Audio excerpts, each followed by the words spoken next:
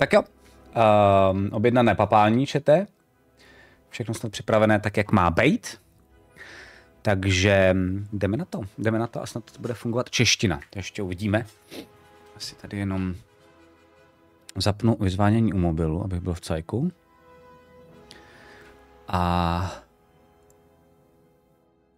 si tady Twitch. A zapnu STARFIELD. STARFIELD.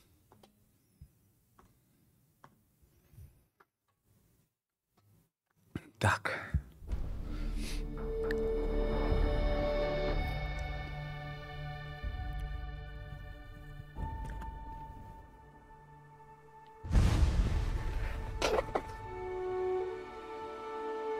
Líbí se mi mimochodem ta minimalistická grafika.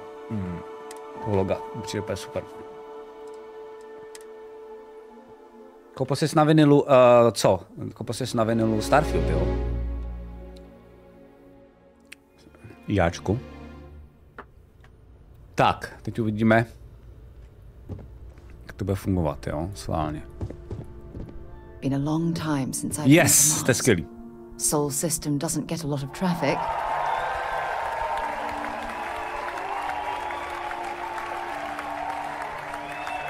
Já si tam mám pár osobních otázek. No, it's fine. Go ahead.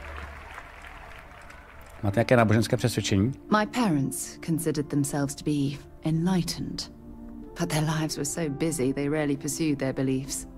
By the time I was old enough to start questioning these things, the idea of following any organized religion was almost an afterthought.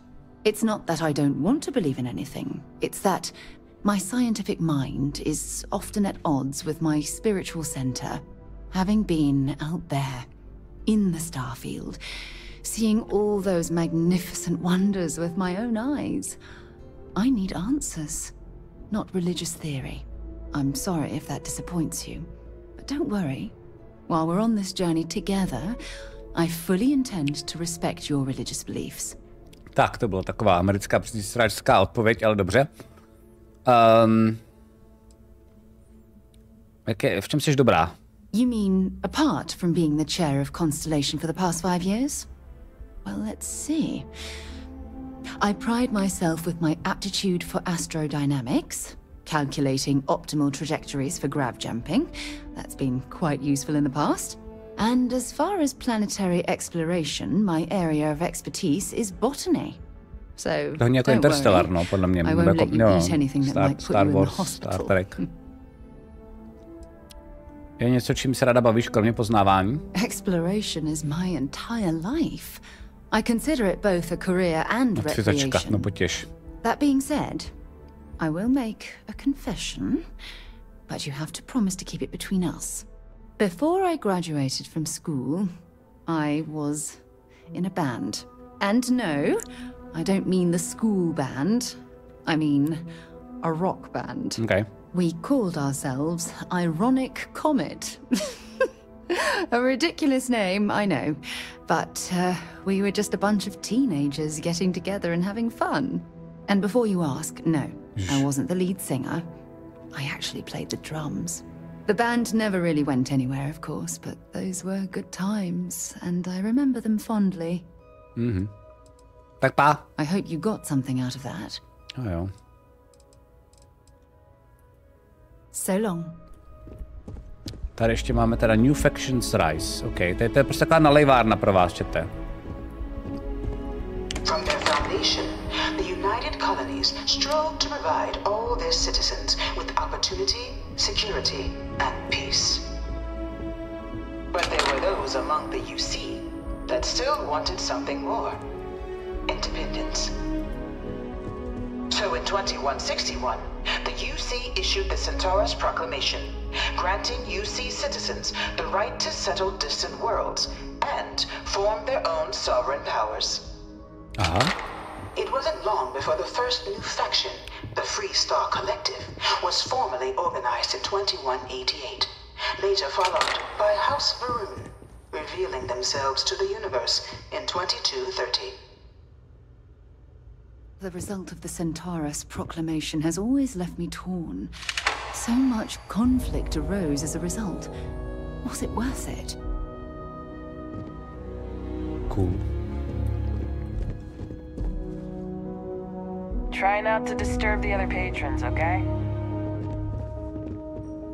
The Freestar Collective was initially founded in 2188, when the citizens of Aquila banded together with the pleasure city of Neon in mutual defense.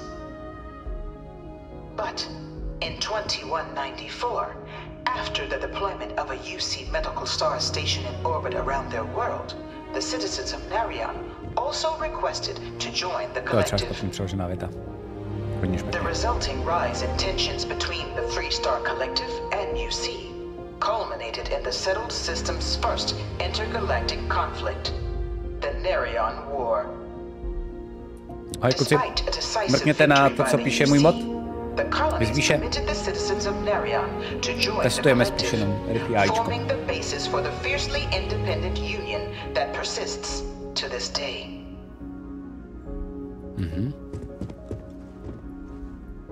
It was only in 2230 that the faction known as House Varun first made contact with the rest of the settled systems. Founded by the passengers of a colony ship that had left New Atlantis and disappeared 4 decades earlier, House Varun was a faction unlike any other. A theocracy dedicated wholly to the beliefs of its isolationist founder, Jinan Varun. House Varun initially made overtures of peace towards the rest of the settled systems. They claimed their only intention was to spread the word of their god, the Great Serpent. Okay. But none could have guessed that this worship might take the form of a bloody war, the Serpent's Crusade. Hustý, to jsou věci, které jsem neviděl ani já. Z těch videí, co jsem vám dával, takže to je mazec. Jo, tady si můžu ještě něco, no na to seru, to i já nedám. Strásto, jsi tady nebo nejseš? Beginning in 2240, House Varun forces declared all-out war on the rest of human civilization, initiating the Serpent's Crusade. Okay. Over the next 23 years, thousands of Freestar, UC, and independent souls were killed by agents of House Varun in the name of their serpent god. It was only with the death of their founder in 2263 and the succession of his heir Jarek that House Varun finally sued for peace. There remained, however, select members of House Varun who refused to recognize the cessation of hostilities their leaders established. Even after House Varun's mysterious disappearance, these zealots remain a threat to all who encounter them. A teď nevím, co říkali u toho posledního. Cool. OK. Historie, jo. Conflict among the stars. Docela cool. To tady takhle jako rychle vysvětlí. Of the many conflicts between the galaxy's factions, none was more brutal than the recent colony war between the UC and the Freestar Collective. Ty vole, moc krát děkuju. Sub po své ose a na 6 měsíců dopředu. Za to. Moc děkuju. Dejte mi prosím vás jednorožce, čete. Úžasný. Děkuju moc za podporu. Both sides deployed every tool at their disposal. Armadas of warships, mechanized combat platforms, or mechs, even bioengineered alien creatures, the infamous UC xeno-weapons. It was only in 2311 at the Battle of Cheyenne that the scales finally tipped. The Freestar Collective, utilizing their civilian fleet as a human shield, successfully crippled the superior United Colonies Navy.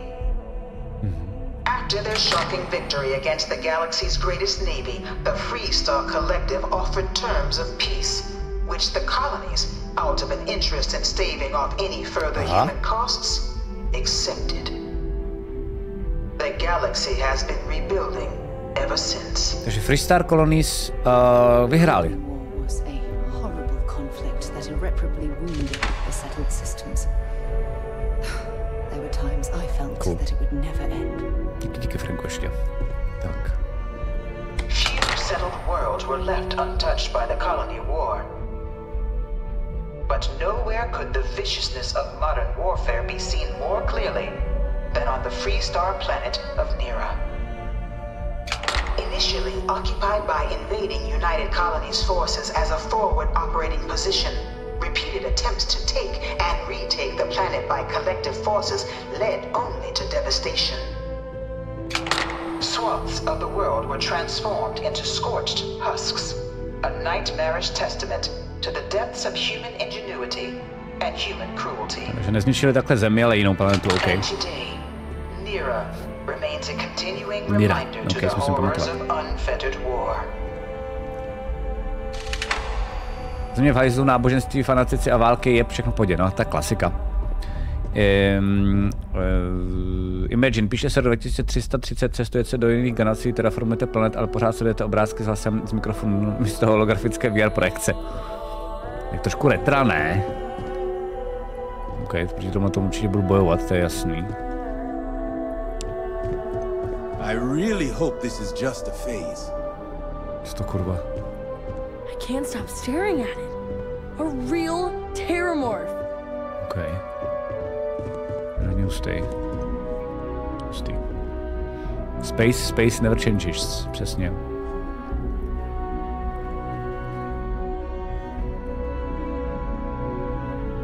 In the midst of the colony war, a different kind of tragedy struck the UC city of Londinian. A newly constructed but critical supply center for the United Colonies war effort, Londinian found itself overrun by one of the galaxy's most mysterious predators, the Terramorph.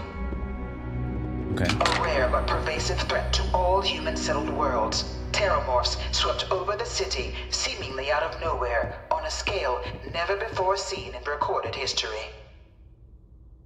Valiant efforts by the UC military slowed the onslaught, but the creatures proved unstoppable. Ultimately, the decision was made to destroy the Londinian spaceport, sealing off the city, the outbreak, and its citizenry from the galaxy at large. The tragedy of Londinian is mourned by the UC to this day. Okay. Fajn. Nevadí vám to, čete, že mně přijde, že vlastně je úplně ideální, že jsme sem omylem náhodou došli, protože o to víc pak toho všechno užijeme, jo? Že vlastně mi přijde dobrý vědět, co se jako kde děje a tím pádem za chviličku můžeme se v tom lépe orientovat, jo. Bylo by fajn, kdyby vývojáři nových her implementovali nějaké rozhraní pro texty a dialogy, které by si mohli hráči připojit. Bylo AI zjišťující překlad v reálném čase, to by bylo hustý, no. To bude podle mě dřív později.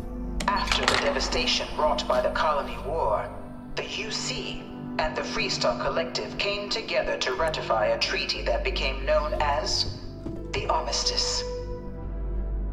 Both sides agreed to a vast reduction in standing forces, and that xeno-weapons and mech warfare would be outlawed. All related research was sealed away, accessible only in cases of dire emergency.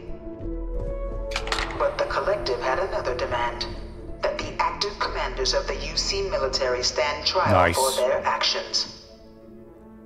The United Colonies, in the interest of peace and galactic security, agreed. In 2311, 3 United Colonies senior officers were found guilty. Commander Henry Durant, General Indira Rastogi, and Fleet Admiral Francois Sanon, known better as V Victus. All were sentenced to death for their actions, bringing the colony war to a close and returning peace to the galaxy at long last. I was a strong supporter of the Armistice. All of the terrible weapons that both sides used against one another. It had to end.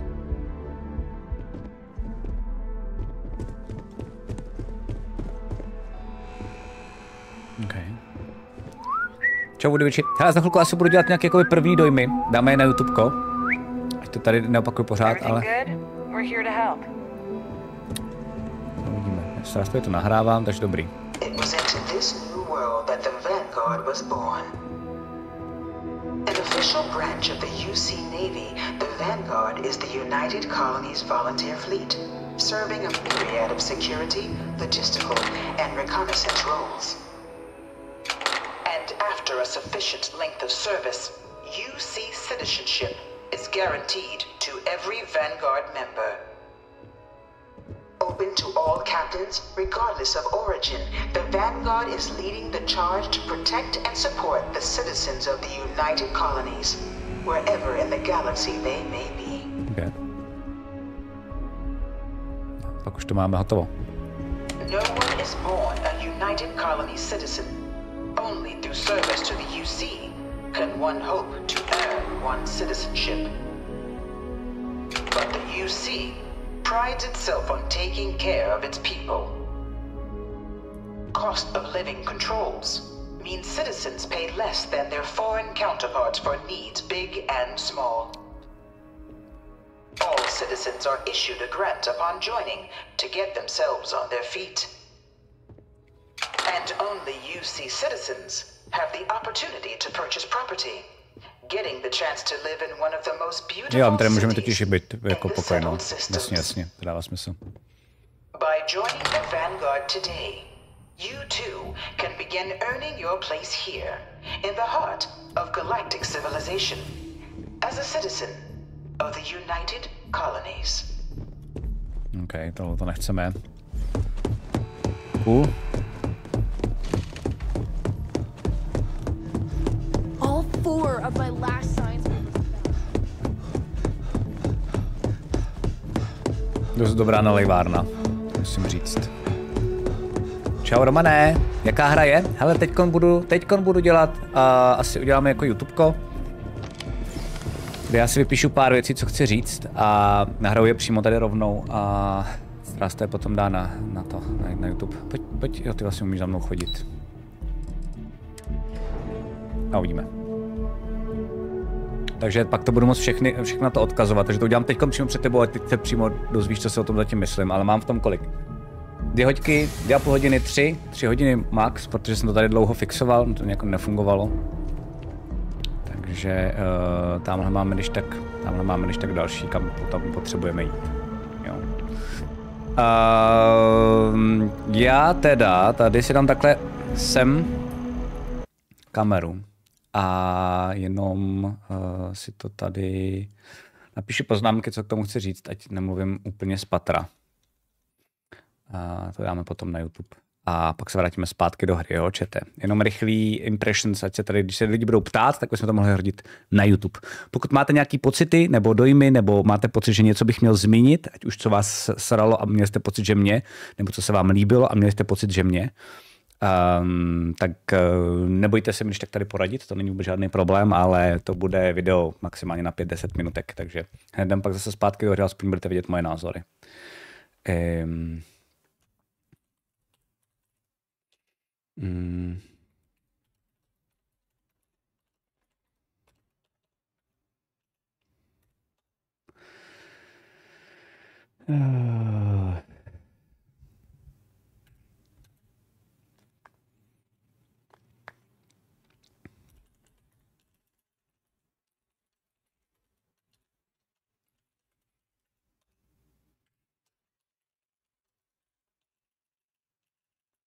Yep.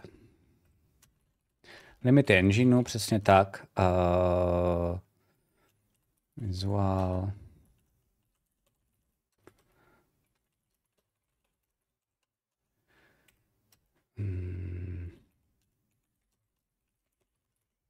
Tak.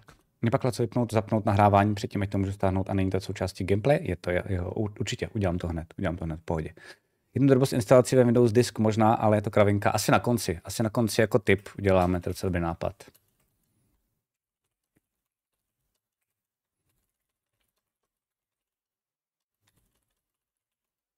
To je dobrý nápad. Otázka, dá se měnit font titulku, aby to pobralo češtinu s diakritikou? Nejsem si jistý. Zifo, moc krát děkuju za follow, vítám tě tady. Hned se ti budu věnovat a hned budu zase hrát.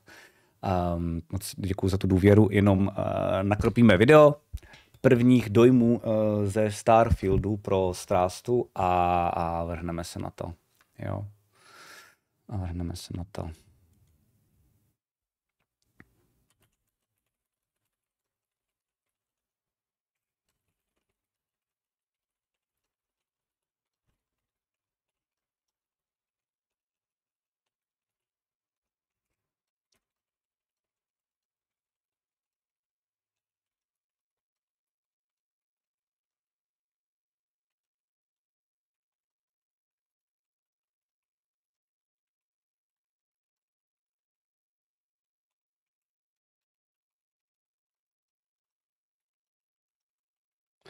Tak, Šanky, čau, čau, vítám tě tady. Náročný týden skoro za mnou, je mi to jasný. Davida bys mohl dát hudbu ze hry jako podklad. Nevezme mi to náhodou YouTube, jakože je to problém? No, jenže pak nevidím poznámky, víš, takže bohužel. Takže tak. Pity, čau, čau, vítám tě tady. Ty si nějak poradíš, doufám. Já to teda vypínám a jdeme na to. Ty jsem mám zastavil vysílání.